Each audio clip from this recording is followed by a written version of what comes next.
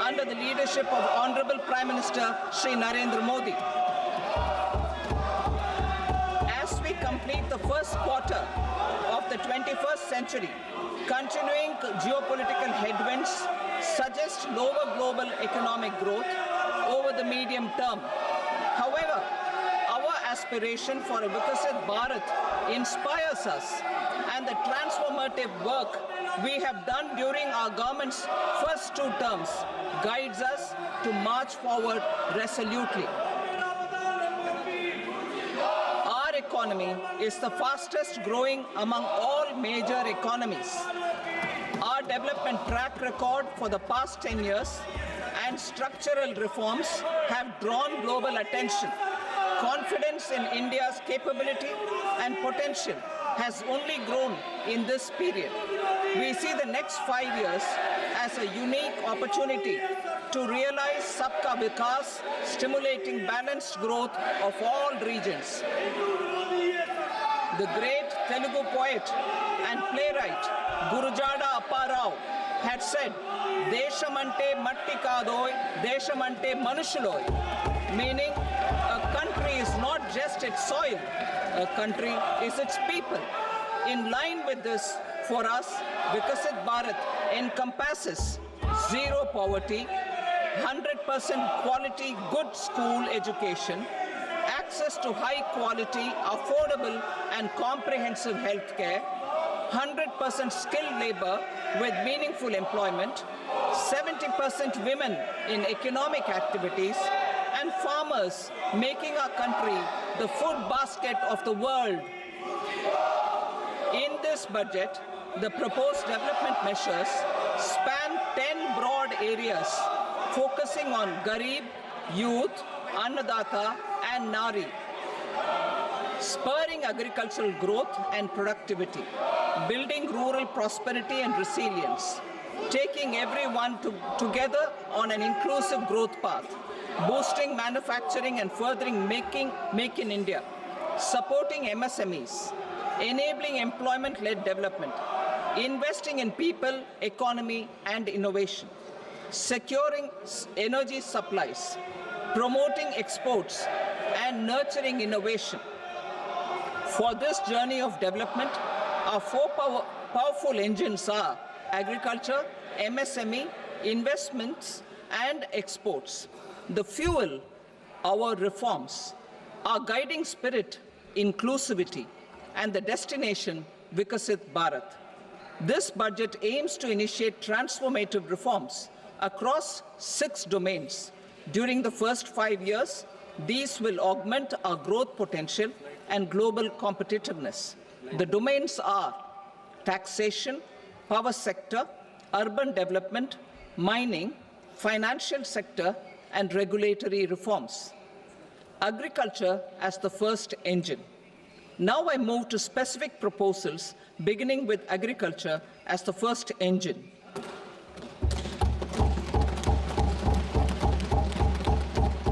Prime Minister Dhan Dhanya Krishi Yojana, developing agri-districts program.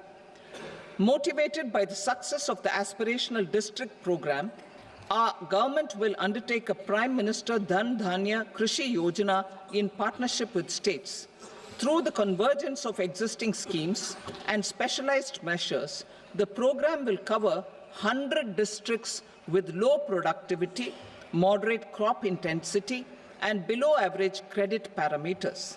It aims to 1. Enhance agricultural productivity, 2. Adopt crop diversification and sustainable agricultural practices, 3. Augment post-harvest storage at the panchayat and block level, 4. Improve irrigation facilities, and 5. Facilitate availability of long-term and short-term credit. This program is likely to help 1.7 crore farmers. Building rural prosperity and resilience. A comprehensive multi-sectoral rural prosperity and resilience program will be launched in partnership with the states. This will address underemployment in agriculture through skilling, investment, technology, and invigorating the rural economy. The goal is to generate ample opportunities in rural areas so that migration is an option but not a necessity. The program will focus on rural women, young farmers, rural youth, marginal and small farmers, and landless families. The details are in Annexure A. Domestic best practices will be incorporated, and appropriate technical and financial assistance will be sought from multilateral development banks. In Phase 1, 100 developing agri-districts will be covered. Atmanirbharta in pulses. Our government is implementing the National Mission for Edible Oilseed for achieving Atmanirbharta in edible oils. Our farmers have the capability to grow enough for our needs and more. 10 years ago, we made concerted efforts and succeeded in achieving near self-sufficiency in pulses. Farmers responded to the need by increasing the cultivated area by 50%, and government arranged for procurement and remunerative prices. Since then, with rising incomes and better affordability, our consumption of pulses has increased significantly. Our government will now launch a 6-year mission for Atmanirbharta in pulses with a special focus on Tuar, Urad, and Masoor. Details are in Annexure B. Central agencies such as NAFED and NCCF will be ready to procure these 3 pulses as much as offered during the next 4 years from farmers who register with these agencies and enter into agreements. Comprehensive program for vegetables and fruits. It is encouraging that our people are increasingly becoming aware of their nutritional needs. It is a sign of a society becoming healthier. With rising income levels, the consumption of vegetables, fruits, and Sri Anna is increasing significantly. A comprehensive program to promote production, efficient supplies, processing, and remunerative prices for farmers will be launched in partnership with the states. Appropriate institutional mechanisms for implementation and participation of farmer producer organizations and cooperatives will be set up. Makhana board in Bihar. For this, there is a special opportunity for the people of Bihar. A Makhana board will be established in the state to improve production, processing, value addition, and marketing of Makhana. The people engaged in these activities will be organized into FPOs. The board will provide hand-holding and training support to Makhana farmers and will also work to ensure they receive the benefits of all relevant government schemes. A national mission on high-yielding seeds will be launched, aimed at 1. Strengthening research ecosystem, 2. Targeted development and propagation of seeds with high yield, pest resistance, and climate resilience, and 3. Commercial availability of more than 100 seed varieties released since July 2024. India ranks second largest globally in fish production and aquaculture. Seafood exports are valued at 60,000 crore rupees.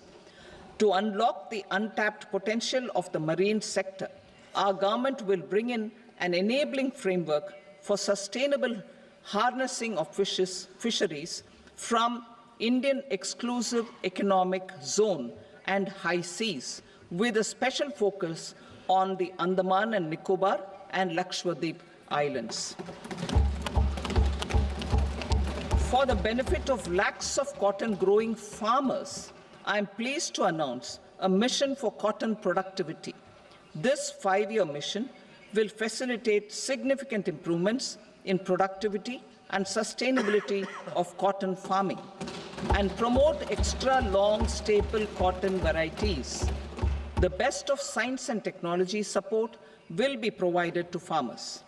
Aligned with our integrated 5F vision for the textile sector, this will help in increasing incomes of the farmers and ensure a steady supply of quality cotton for rejuvenating India's traditional textile sector.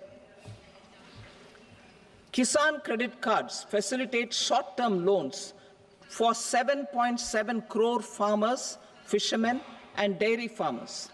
The loan limit under modified interest subvention scheme will be enhanced from 3 lakh rupees to 5 lakh rupees for loans taken through the KCC.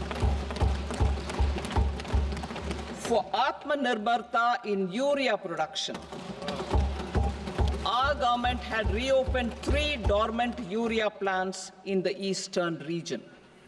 To further augment urea supply, a plant with annual capacity of 12.7 lakh metric tons will be set up at Namrup in Assam.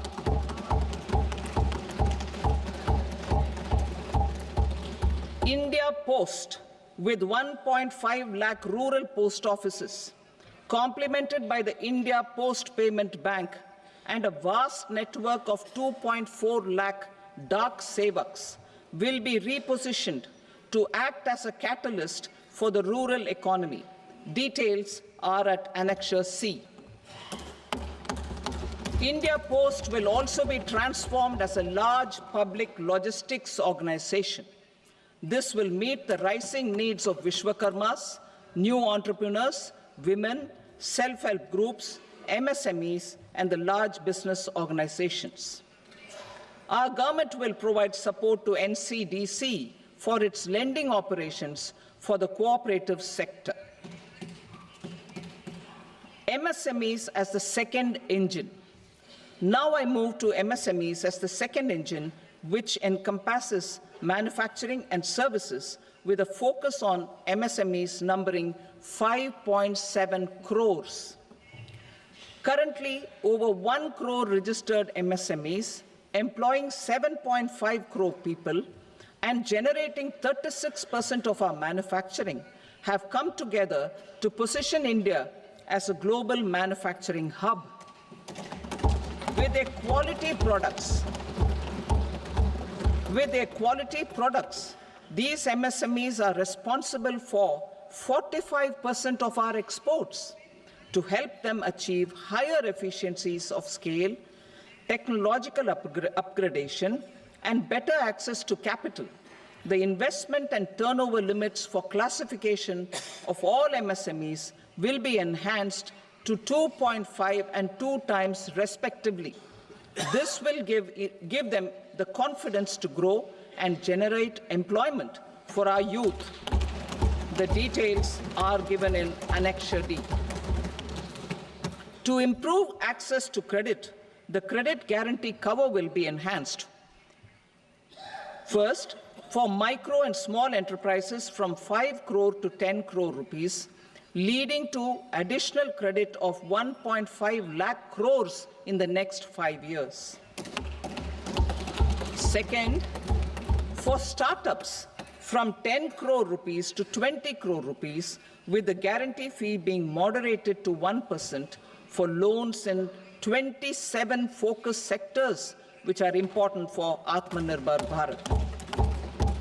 And for well-run exporter MSMEs, for term loans up to 20 crore rupees.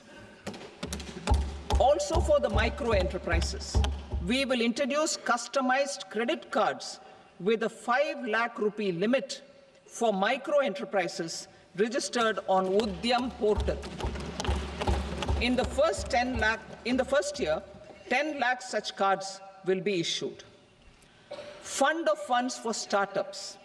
The Alternate Investment Fund, AIFs, for startups have received commitments of more than 91,000 crores rupees. These are supported by the fund of funds set up with the Government of India's contribution of 10,000 crore rupees. Now, a new fund of funds with expanded scope and a fresh contribution of another 10,000 crore rupees will be set up. A new scheme will be launched for 5 lakh women, scheduled castes and scheduled tribes, first-time entrepreneurs. This will provide term loans up to 2 crore rupees during the next 5 years.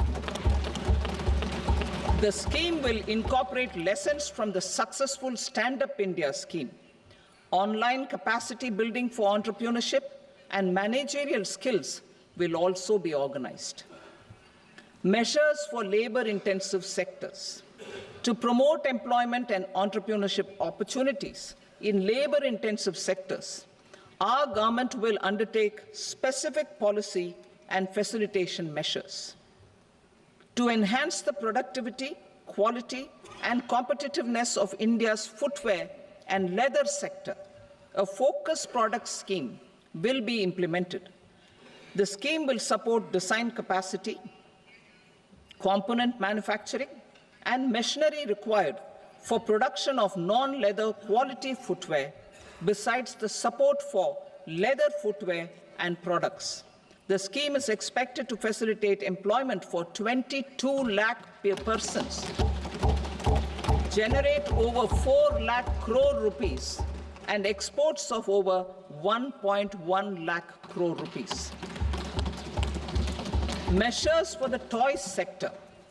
Building on the National Action Plan for Toys, we will implement a scheme to make India a global hub for toys. The scheme will focus on development of clusters, skills, and a manufacturing ecosystem that will create high-quality, unique, innovative, and sustainable toys that will represent the Made in India brand. Support for food processing. In line with our commitment towards Purvodaya, we will establish a National Institute of Food Technology, Entrepreneurship and Management in Bihar. The institute will provide a strong fillip to food processing activities in the entire eastern region. This will result in 1. Enhanced income for the farmers through value addition to their produce, and 2. Skilling entrepreneurship and employment opportunities for the youth.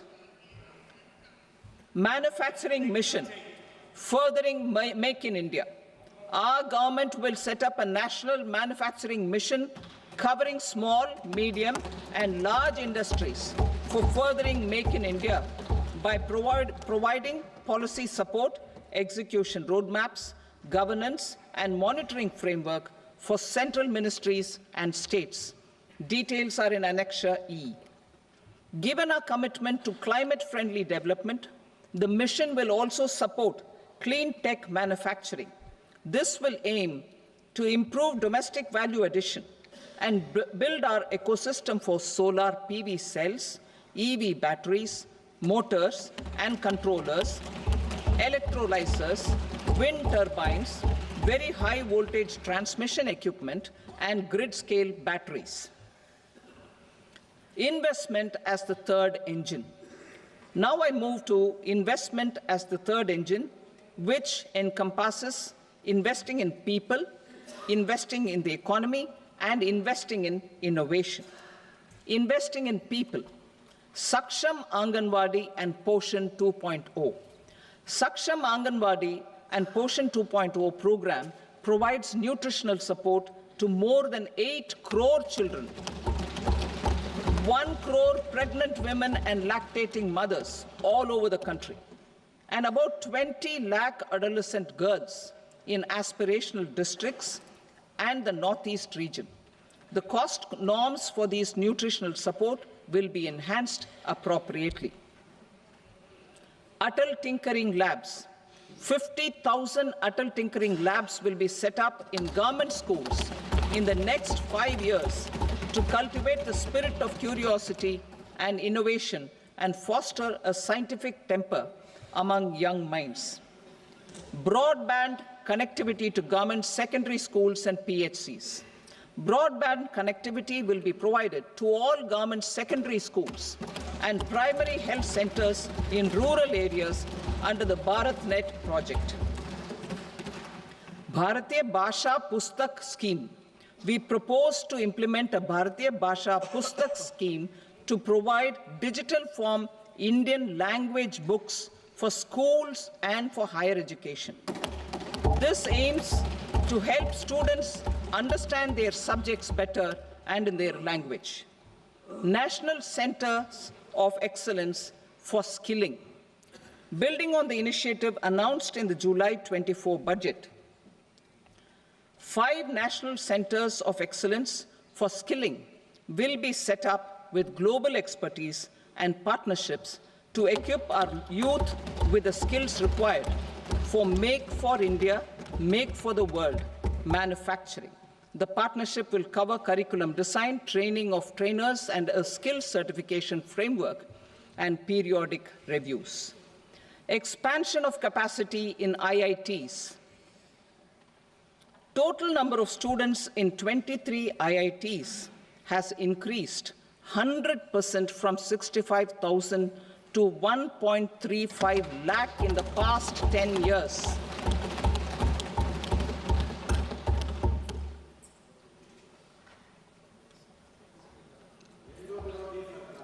Additional infrastructure will be created in the 5 IITs started after 2014 to facilitate education for 6,500 more students. Hostel and other infrastructure capacity at IIT Patna will also be expanded.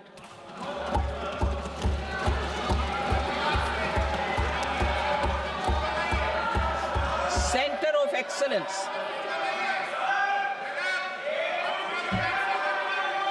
Center of Excellence in AI for Education. I had announced 3 centers of excellence in artificial intelligence for agriculture, health, and sustainable cities in 2023. Now a center of excellence in artificial intelligence for education will be set up with a total outlay of 500 crores. Expansion of medical education. Our government has added almost 1.1 lakh undergraduate and postgraduate medical education seats in 10 years, an increase of 130%. In the next year, 10,000 additional seats will be added in medical colleges and hospitals towards the goal of adding 75,000 seats in the next 5 years. Daycare cancer centers in all district hospitals. Our government will facilitate setting up of daycare cancer centers in all district hospitals in the next 3 years. 200 centers will be established in 25-26 itself. Strengthening urban livelihoods. Our government has been giving priority to assisting urban poor and vulnerable groups. A scheme for socio-economic upliftment of urban workers will be implemented to help them improve their incomes, have sustainable livelihoods, and a better quality of life. PM Swanidhi scheme has benefited more than 68 lakh street vendors, giving them respite from high-interest informal sector loans. Building on this success, the scheme will be revamped with enhanced loans from banks, UPI-linked credit cards with 30,000 rupees limit, and capacity building support. Social Security scheme for welfare of online platform workers. Gig workers of online platforms provide great dynamism to the new age services economy. Recognizing their contribution, our government will arrange for their identity cards and registration on the e-Shram portal. They will be provided health care under PM Jan Arogya Yojana. This measure is likely to assist nearly 1 crore gig workers.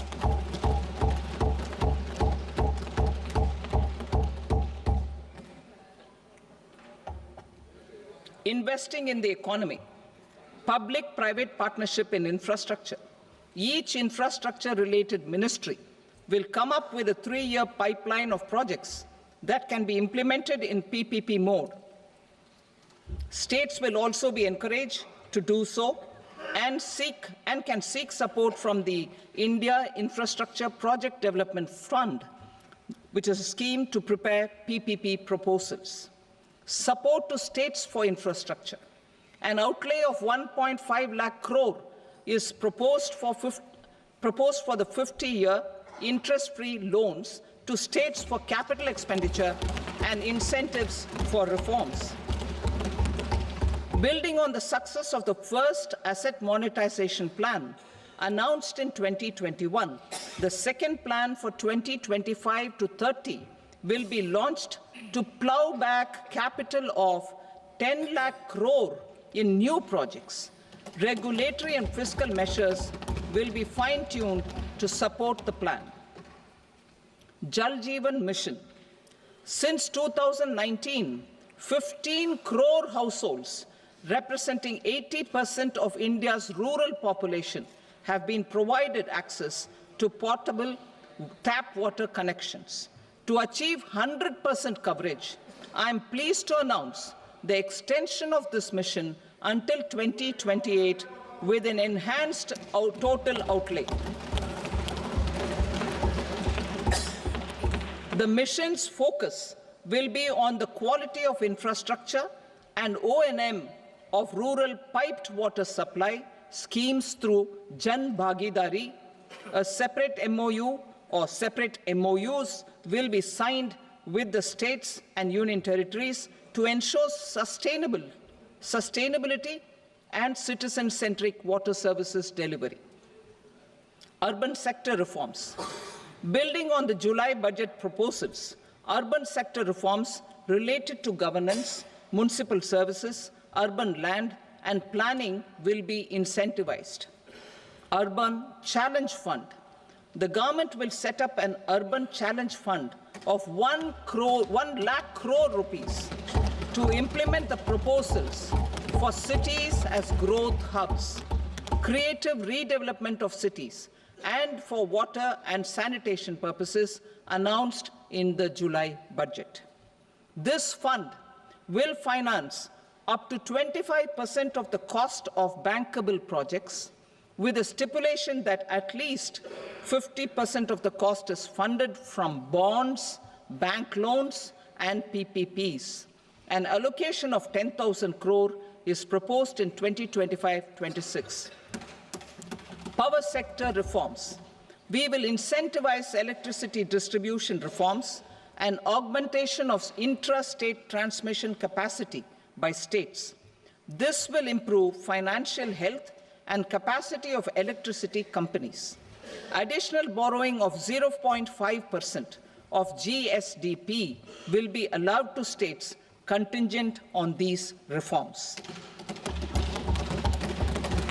Nuclear energy mission for Vikasit Bharat. Development of at least 100 gigawatt of nuclear energy by 2047 is essential for our energy transition efforts. For an active partnership with the private sector towards this goal, amendments to the Atomic Energy Act and the Civil Liability for Nuclear Damage Act will be taken up. A nuclear energy mission for research and development of small modular reactors with an outlay of 20,000 crore will be set up. At least 5 indigenously developed small modular reactors will be operationalized by 2033. Shipbuilding. The shipbuilding financial assistance policy will be revamped to address cost disadvantages. This will also include credit notes for shipbreaking in Indian yards to promote the circular economy. Large ships above a specified size will be included in the infrastructure harmonized master list. Shipbuilding clusters will be facilitated to increase the range, categories, and capacity of ships. This will include additional infrastructure, facilities, skilling, and technology to develop the entire ecosystem. Maritime Development Fund.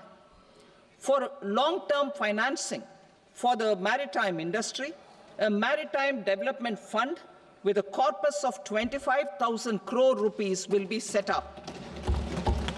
This will be for distributed support and promoting competition.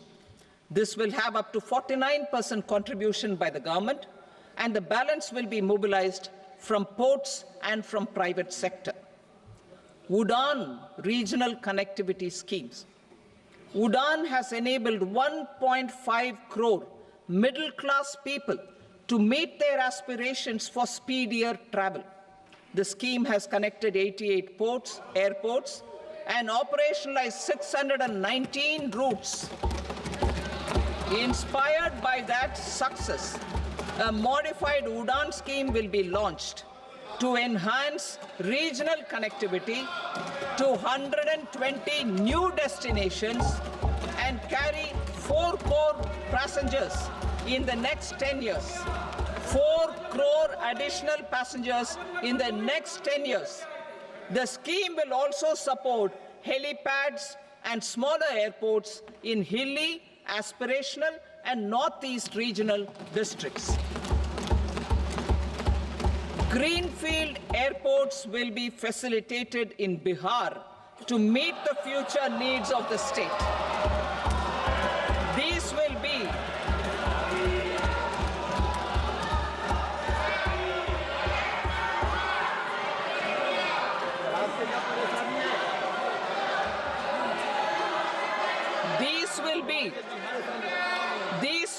in addition to the expansion of the capacity of Patna Airport and a brownfield airport in Beta. Western Kosi Canal project in Mithilanchal. Financial support will be provided for the Western Kosi Canal ERM project, benefiting a large number of farmers, cultivating over 50,000 hectares of land in the Mithilanchal region of Bihar. Mining sector reforms. Mining sector reforms, including those for minor minerals, will be encouraged through sharing of best practices and institutions of a state mining index. A policy for recovery of critical minerals from tailings will be brought out. Under the special window for affordable and mid-income housing, SWAMI, 50,000 dwelling units in stressed housing projects have been completed and keys handed over to home buyers. Another 40,000 units will be completed in 2025, further helping middle-class families who were paying EMIs on loans taken for apartments while also paying rent for their current dwellings. Building on this success, SWAMI Fund 2 will be established as a blended finance facility with contribution from the government, banks, and private investors. This fund of 15,000 crore rupees will aim for expeditious completion of another 1 lakh units. PM Gati Shakti data for private sector.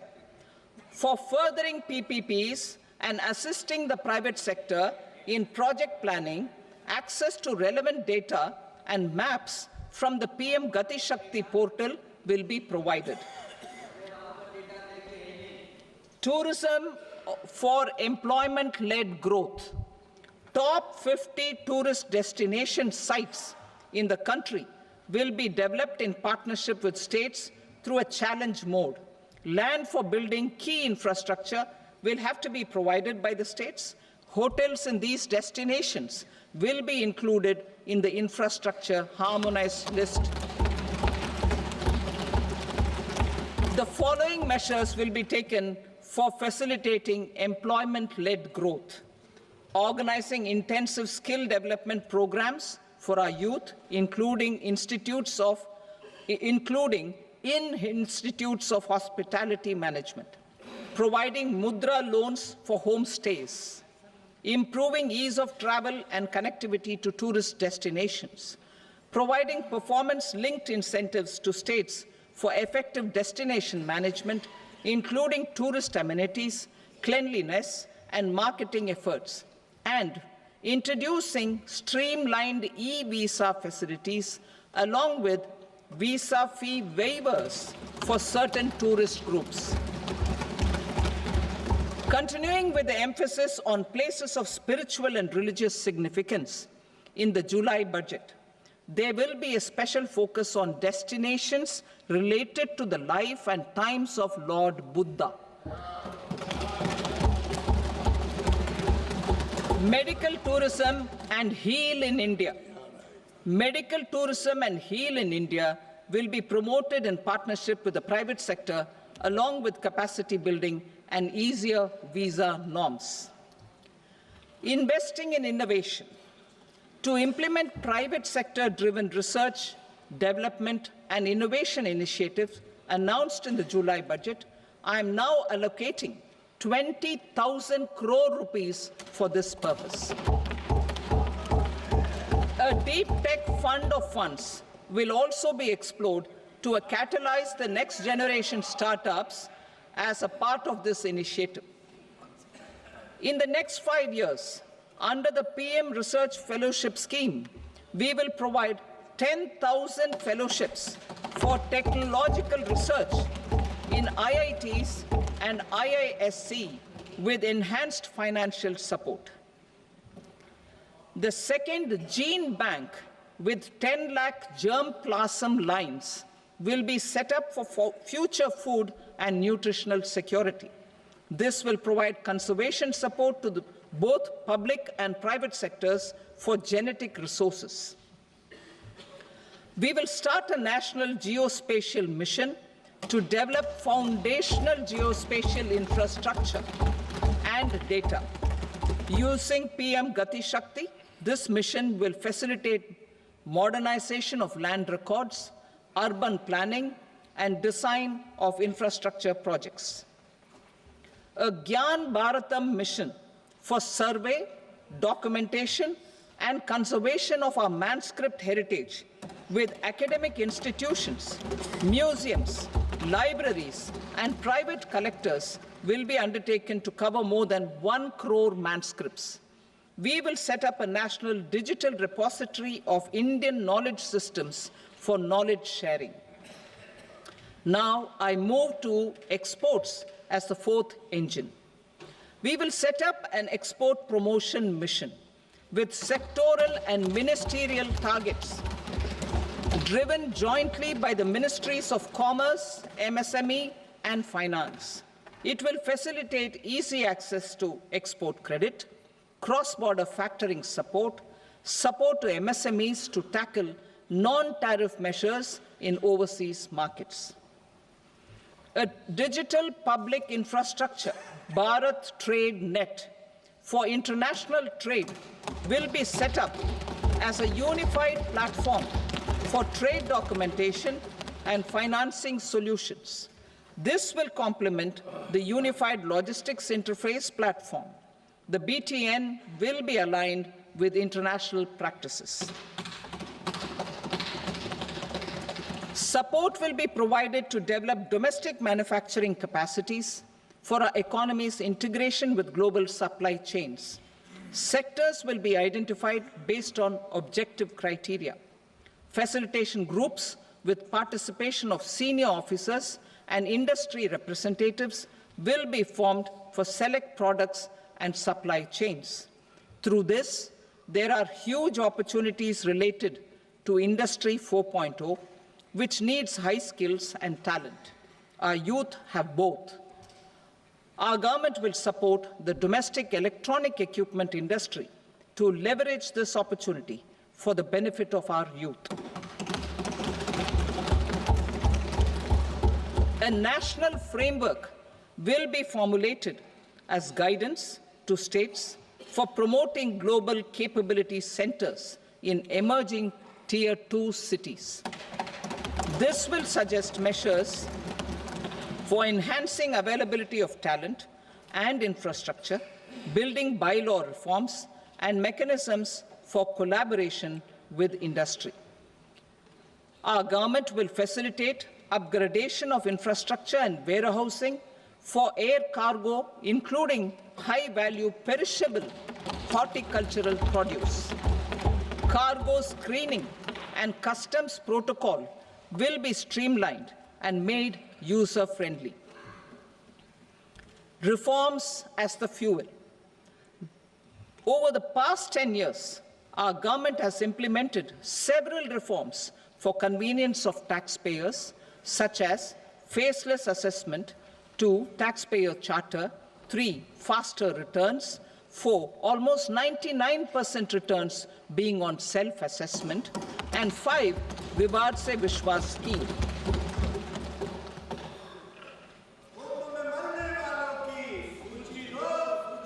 Continuing these efforts, I reaffirm the commitment of the Tax Department to trust first, scrutinize later. I also propose to introduce the new income tax bill next week. I will detail the indirect tax reforms and changes in direct taxes in Part B. Financial sector reforms. The FDI limit for the insurance sector will be raised from 74 to 100%. This enhanced limit will be available for those companies which invest the entire premium in India. The current guardrails and conditionalities associated with foreign investment will be reviewed and simplified. The services of India Post Payment Bank will be deepened and expanded in rural areas. NABFID will set up a partial credit enhancement facility for corporate bonds for infrastructure. Public sector banks will develop Grameen Credit Score framework to serve the credit needs of SHG members and people in rural areas. A forum for regulatory coordination and development of pension products will be set up. To implement the earlier announcement on simplifying the KYC processes, the revamped Central KYC Registry will be rolled out in 2025. We will also implement a streamlined system for periodic updating. Requirements and procedures for speedy approval of company mergers will be rationalized. The scope for fast-track mergers will also be widened and the process made simpler. As proposed in the interim budget, we signed bilateral investment treaties with 2 countries in 2024 to encourage sustained foreign investment, and in the spirit of First Develop India, the current model BIT will be revamped and made more investor-friendly.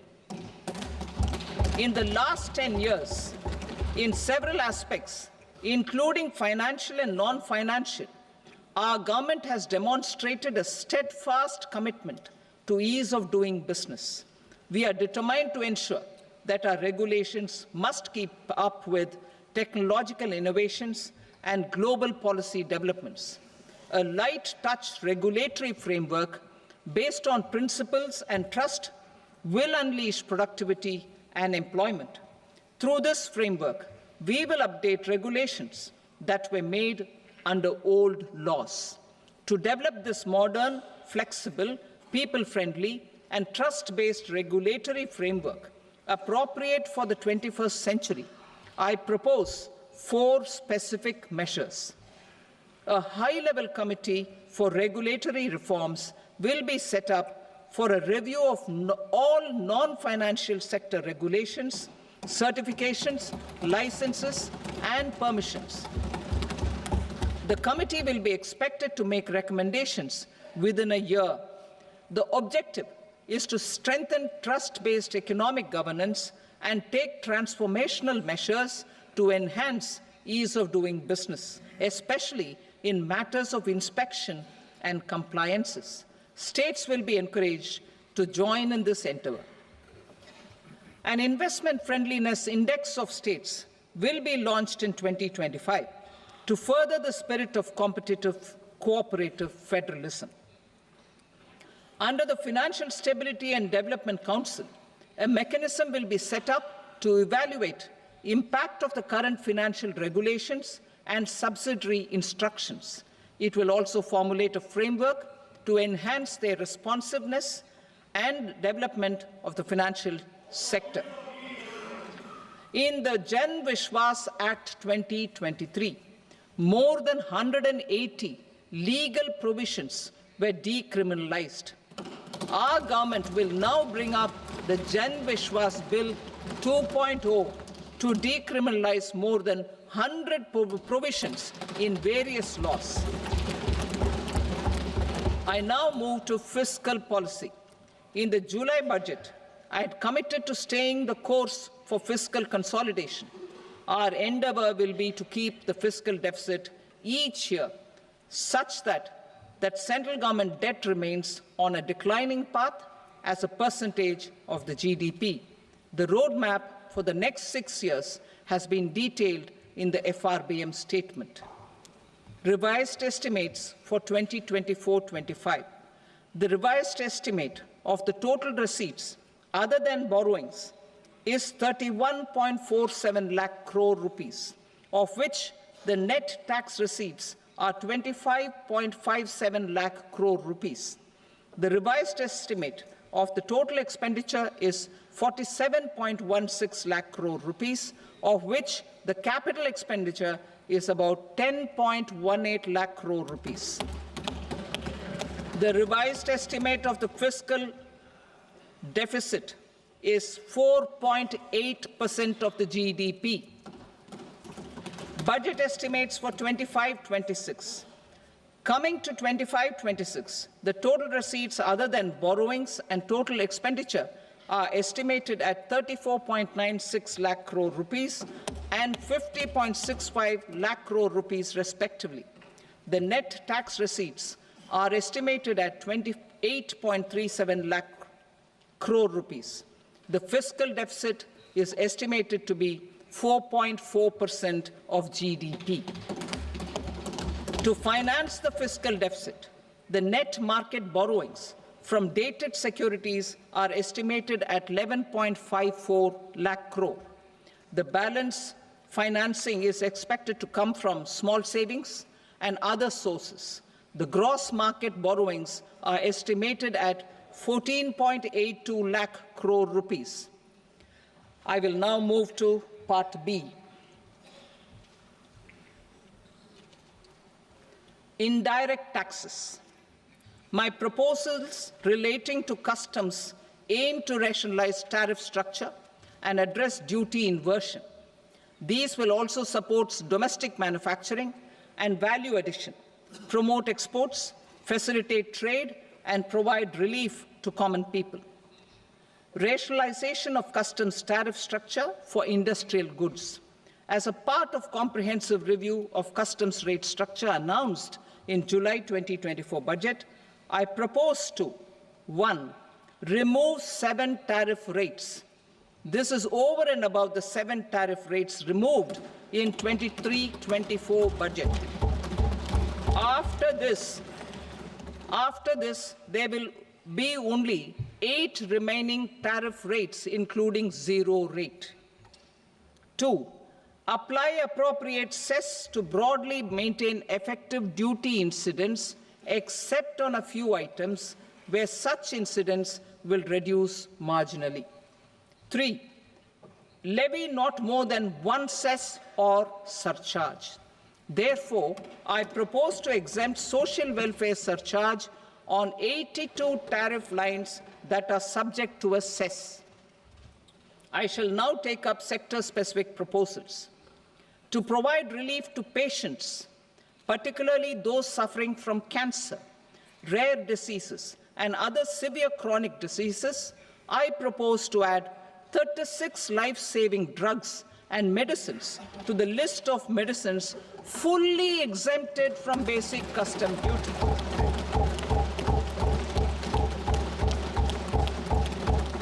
I also propose to add 6 life-saving medicines to the list attracting concessional custom duty of 5%. Full exemption and concessional duty will also respectively apply on the bulk drugs for manufacture of the above. Specified drugs and medicines under patient assistance programs run by the pharmaceutical companies are fully exempt from BCD, provided the medicines are supplied free of cost to the patients. I propose to add 37 more medicines along with 13 new patient assistance programs. Support to domestic manufacturing and value addition. Critical minerals.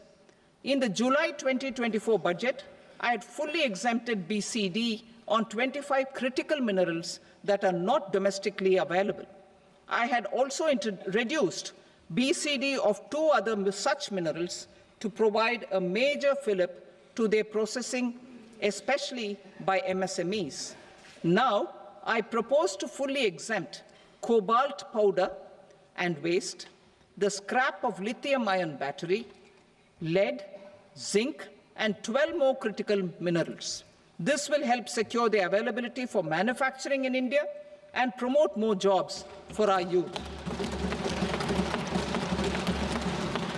To promote domestic production of technical textile products such as agro-textiles, medical textiles, and geotextiles at competitive prices, I propose to add 2 more types of shuttle-less looms to the list of fully exempted textile machinery. I also propose to revise the BCD rate on knitted fabrics covered by 9 tariff lines from 10 or 20 to 20% or 115 rupees per kg, whichever is higher. Electronic goods. In line with our Make in India policy and to rectify inverted duty structure, I propose to increase the BCD on interactive flat panel display from 10% to 20% and reduce the BCD to 5% on open cell and other components. In 23-24 budget, for the manufacture of open cells of LCD, LED TVs, I had reduced the BCD on parts of open cells from 5% to 2.5%. To further boost the manufacture of such open cells, the BCD on these parts will now stand exempted. Lithium-ion battery. To the list of exempted capital goods, I propose to add 35 additional capital goods for EV battery manufacturing and 28 additional capital goods for mobile phone battery manufacturing. This will boost domestic manufacture of lithium-ion batteries, both for mobile phones and for electric vehicles. Shipping sector. Considering that shipbuilding has a long gestation period, I propose to continue the exemption of BCD on raw materials, components, consumables, or parts for the manufacture of ships for another 10 years.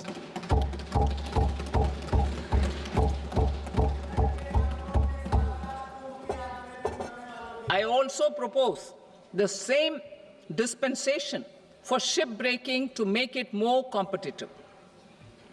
Telecommunication. To prevent classification disputes, I propose to reduce the BCD from 20% to 10% on carrier-grade Ethernet switches to make it at par with non-carrier-grade Ethernet switches. Export promotion. To facilitate exports of handicrafts, I propose to extend the time period for export from 6 months to 1 year, further extendable by another 3 months if required. I also propose to add 9 items to the list of duty-free inputs. Leather sector. I propose to fully exempt BCD on wet blue leather to facilitate imports for domestic value addition and employment. I also propose to exempt crust leather from 20% export duty to facilitate exports by small tanners. Marine products. To enhance India's competitiveness in the global seafood market, I propose to reduce BCD from 30% to 5% on frozen fish paste, surimi, for manufacture and export of its analog products. I also propose to reduce BCD from 15% to 5% on fish hydrolysates for manufacture of fish and shrimp feed. In July 2024 budget, to promote development of domestic MROs for aircraft and ships, I had extended the time limit for export of foreign origin goods that were imported for repairs from 6 months to 1 year and further extendable by 1 year. I now propose to extend the same dispensation for railway goods. Time limit for provisional assessment. Presently, the Customs Act 1962 does not provide any time limit to finalize provisional assessments, leading to uncertainty and cost to trade. As a measure of promoting ease of doing business, I propose to fix a time limit of 2 years, extendable by a year, for finalizing the provisional assessment. I propose to introduce a new provision that will enable importers or exporters, after clearance of goods, to voluntarily declare material facts and pay duty with interest but without penalty.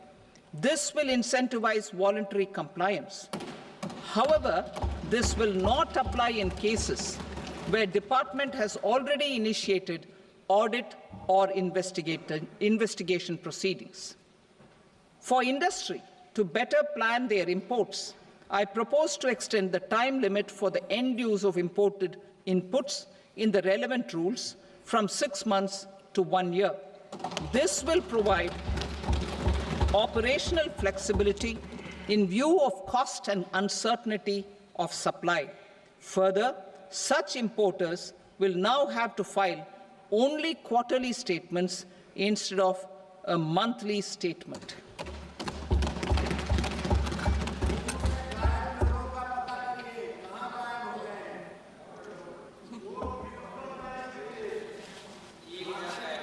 I now come to my direct tax proposals.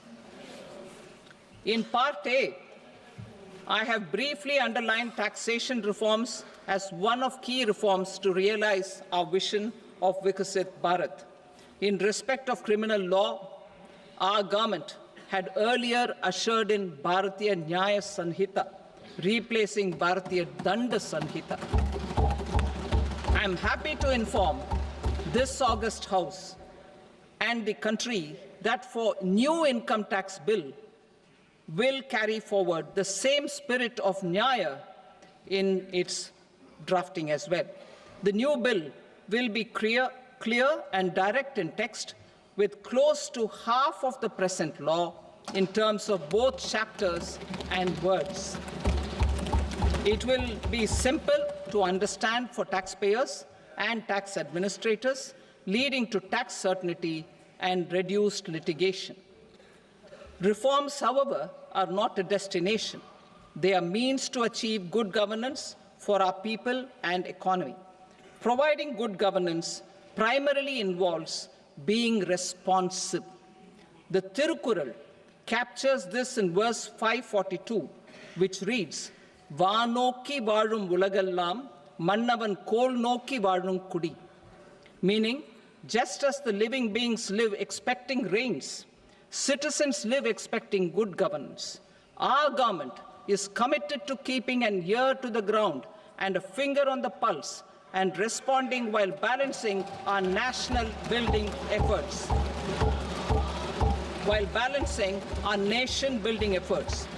The following measures will detail just how our government will, under the guidance of PM Modi, has taken steps to understand and address.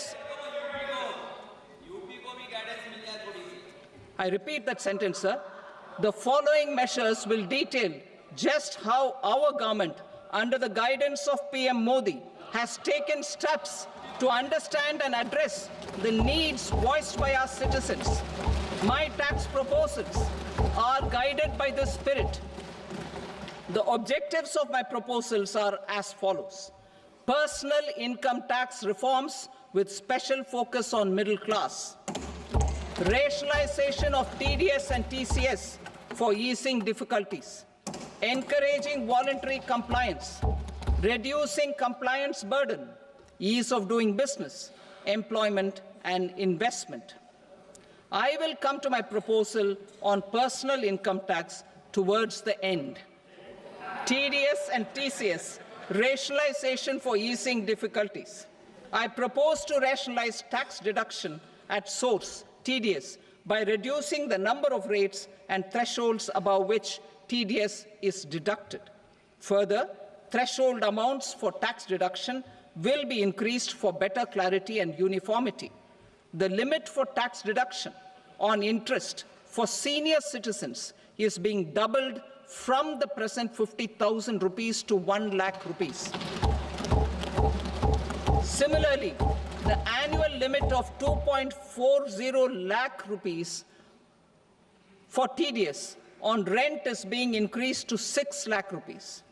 This will reduce the number of transactions liable to TDS, thus benefiting small taxpayers receiving small payments. The threshold to collect tax at source, the TCS, on remittances under RBI's liberalized remittance scheme, the LRS, is proposed to be increased from 7 lakh to 10 lakhs. I also propose to remove TCS on remittances for education purposes, where such remittances is out of a loan taken from a specified financial institution. Both TDS and TCS are being applied on any transaction related to sale of goods. To prevent such compliance difficulties, I propose to omit the TCS. I also propose that the provisions of the higher TDS deduction will now apply only in non-PAN cases. In July 2024, the delay for payment of TDS up to the due date of filing statement was decriminalized. I propose to provide the same relaxation to TCS provisions as well. The government under the leadership of Prime Minister Modi believes in Sabka Saath, Sabka Vikas, Sabka Vishwas and Sabka Prayas. In line with this, we brought in updated return facility in 2022 for voluntary compliance by taxpayers who had omitted to report their correct income. Our trust in taxpayers was proved right. Nearly 90 lakh taxpayers voluntarily updated their incomes by paying additional tax.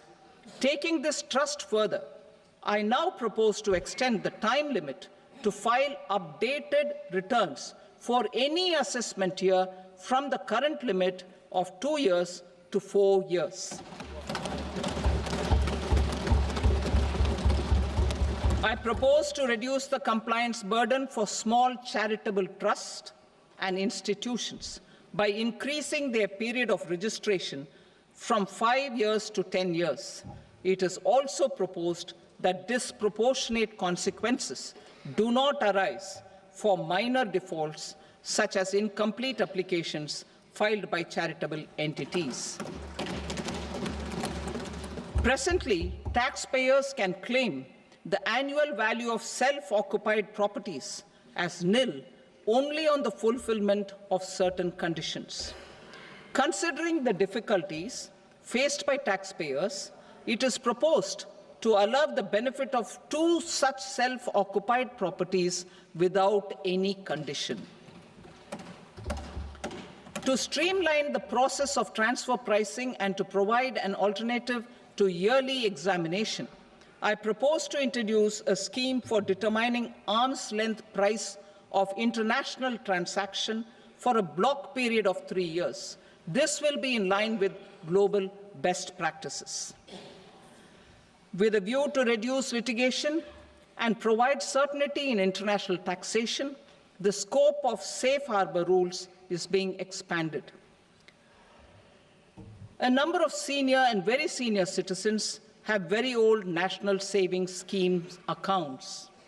As interest is no longer payable on such accounts, I propose to exempt withdrawals made from NSS by individuals on or after 29th August 2024.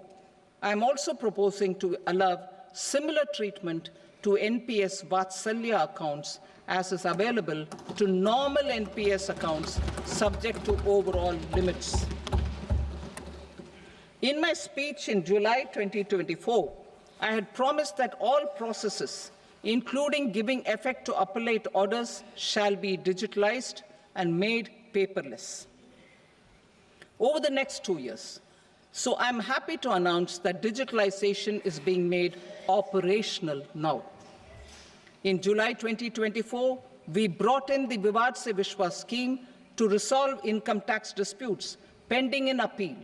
The scheme has received a great response, with nearly 33,000 taxpayers having availed of the scheme to settle their disputes. I have a few proposals to promote investment and employment. It is proposed to provide a presumptive taxation regime for non-residents who provide services to a resident company that is establishing or operating an electronics manufacturing facility. I further propose to introduce a safe harbor for tax certainty for non-residents who store components for supply to specified electronics manufacturing units. Presently, the tonnage tax scheme is available only to sea-going ships. The benefits of existing tonnage tax scheme are proposed to be extended to inland vessels registered under the Indian Vessels Act 2021 to promote inland water transport in the country. Extension for incorporation of startups. We continue to support the Indian startup ecosystem. I propose to extend the period of incorporation by 5 years to allow the benefit available to startups which are incorporated before 1/4/2030. In order to attract and promote additional activities in the IFSC, I am inter alia proposing specific benefits to ship leasing units, insurance offices, and treasury centers of global companies which are set up in IFSC. Further, to claim benefits, the cut-off date for commencement in IFSC has also been extended by 5 years to 31/3/2030. Category 1 and Category 2 AIFs are undertaking investments in infrastructure and other such sectors. I propose to provide certainty of taxation to these entities on the gains from securities, to promote funding from sovereign wealth funds and pension funds to the infrastructure sector. I propose to extend the date of making an investment by 5 more years up to 31st March 2030.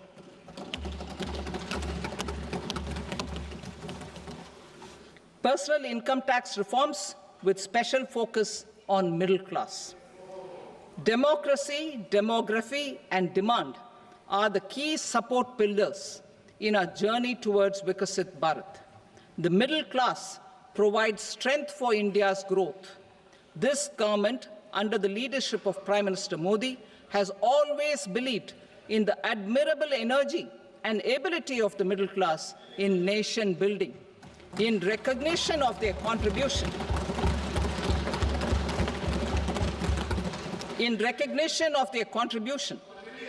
we have periodically reduced their tax burden.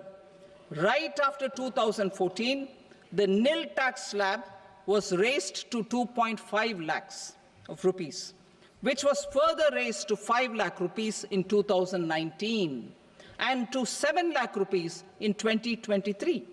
This is reflective of our government's trust on the middle-class taxpayers.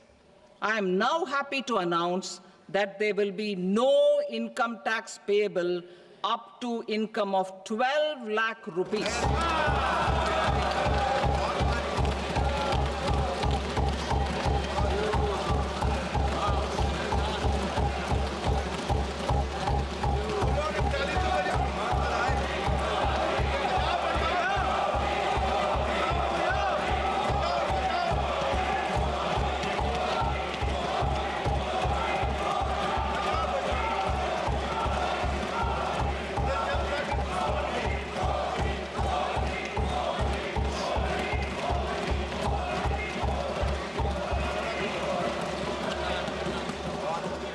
So, average income of 1 lakh per month other than the special rate income such as capital gains under the new regime. This limit will be 12.75 lakh for salaried taxpayers due to the standard deduction of 75,000. Slabs and rates are being changed across the board to benefit all taxpayers. The new structure will substantially reduce the taxes of the middle class and leave more money in their hands, boosting household consumption, savings, and investment. In the new tax regime, I propose to revise tax rate structures as follows: 0 to 4 lakh rupees nil, 4.8 lakh rupees to 4 to 8 lakh rupees 5%, 8 to 12 lakh rupees 10%, 12 to 16 lakh rupees 15%, 16 to 20 lakh rupees 20%, 20 to 24 lakh rupees 25%, and above 24 lakh rupees 30%. To taxpayers up to 12 lakh of normal income other than special rate income such as capital gains. I read that again. To taxpayers up to 12 lakh of income other than special rate income such as capital gains, tax rebate is being provided in addition to the benefit due to slab rate reduction in such a manner that there is no tax payable by them.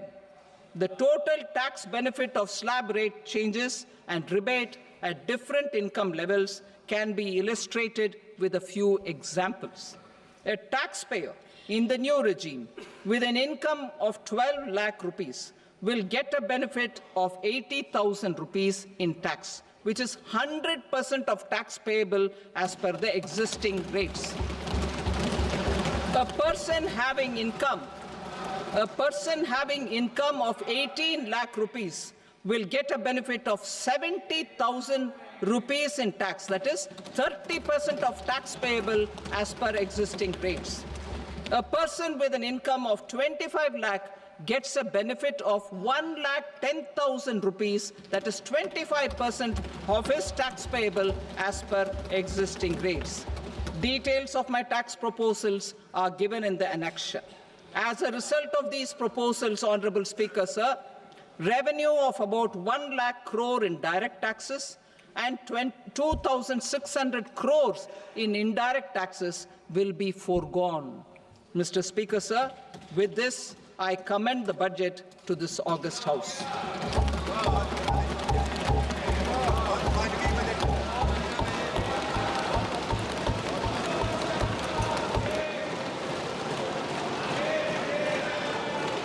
Item number 2, Srimati Nirmala Sitaraman.